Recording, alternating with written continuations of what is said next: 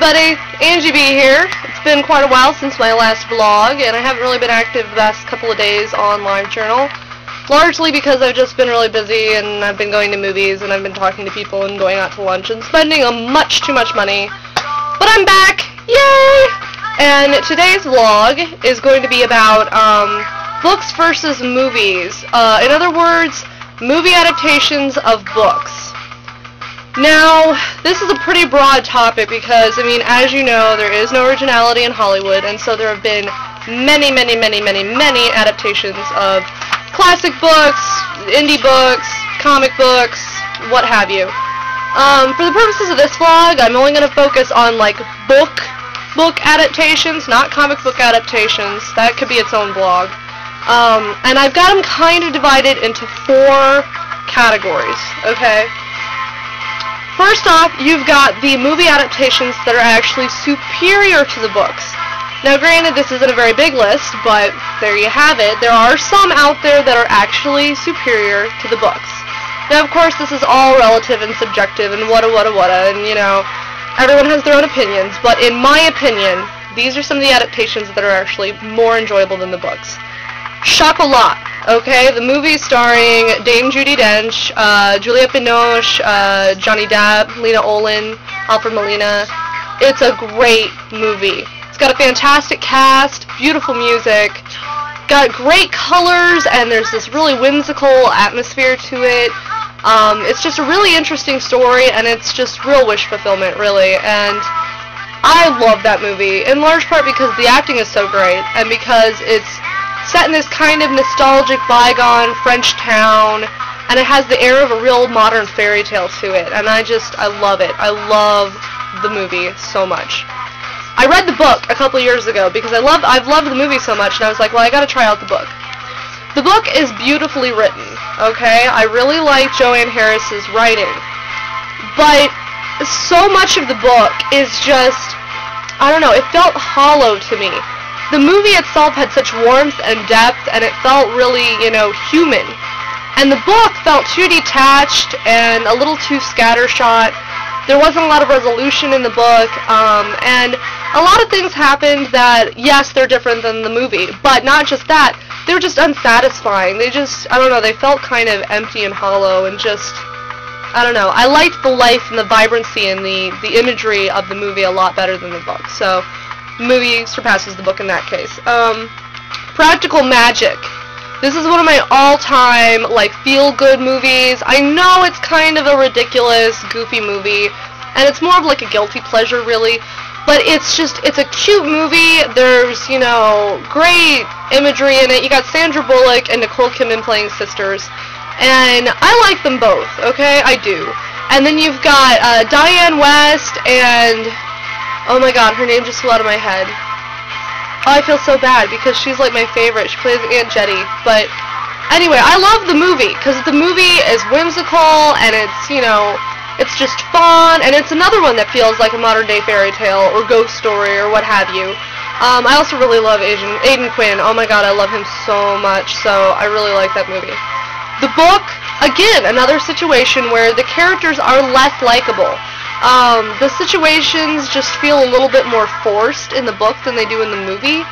I just like the movie's overall tone a lot better than the book. The book is a lot darker, and it seems unnecessarily so, really, because it doesn't need to be that dark. So I prefer the movie to the book in that case, too.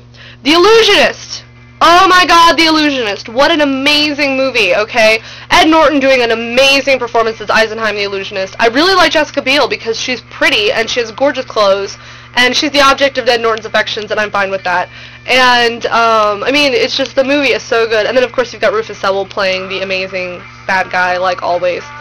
And I love the movie so much. The short story it's based on, there's no romance to it. There's no love interest. There's no big twist. There's no, I mean, it's just about some magician, and he just puts on the show, and then the Crown Prince doesn't like him, and so that's it. I much prefer the movie.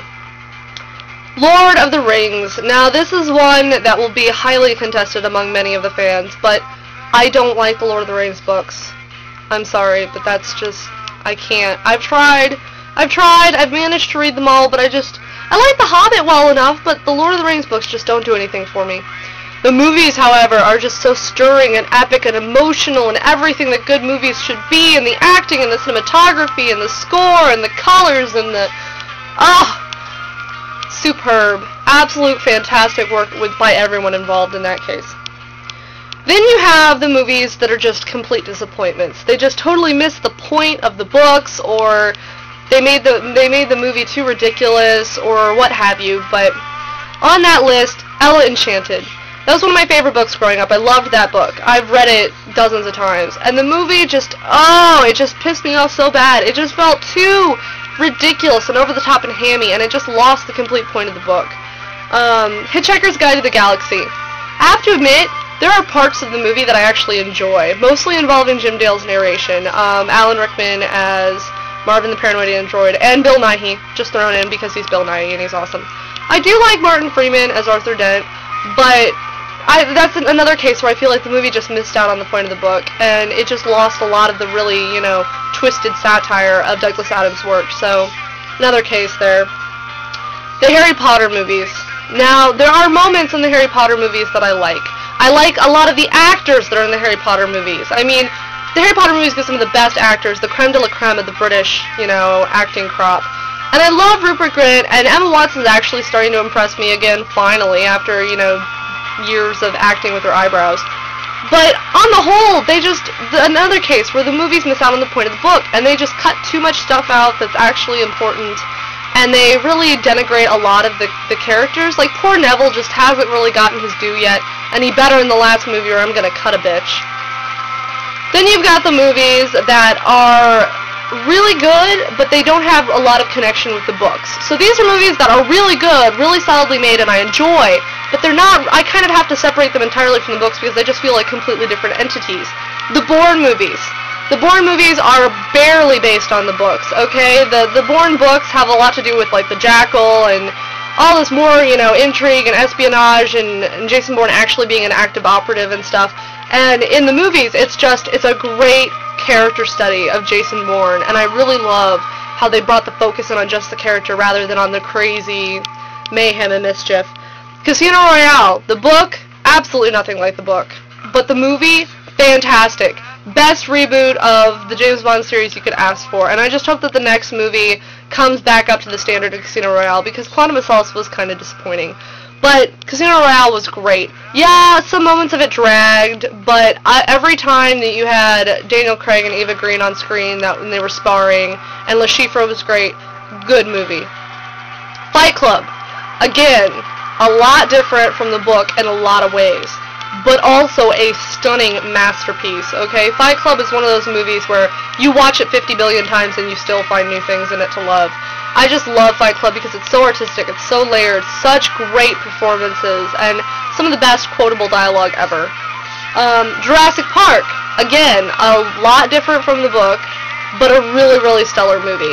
Really fantastic. And you've got Sam Maid of Awesome Neil in it, and Jeff Sex God Goldblum. Yes! Then you've got the movies that are actually pretty close to the books, and are also really good.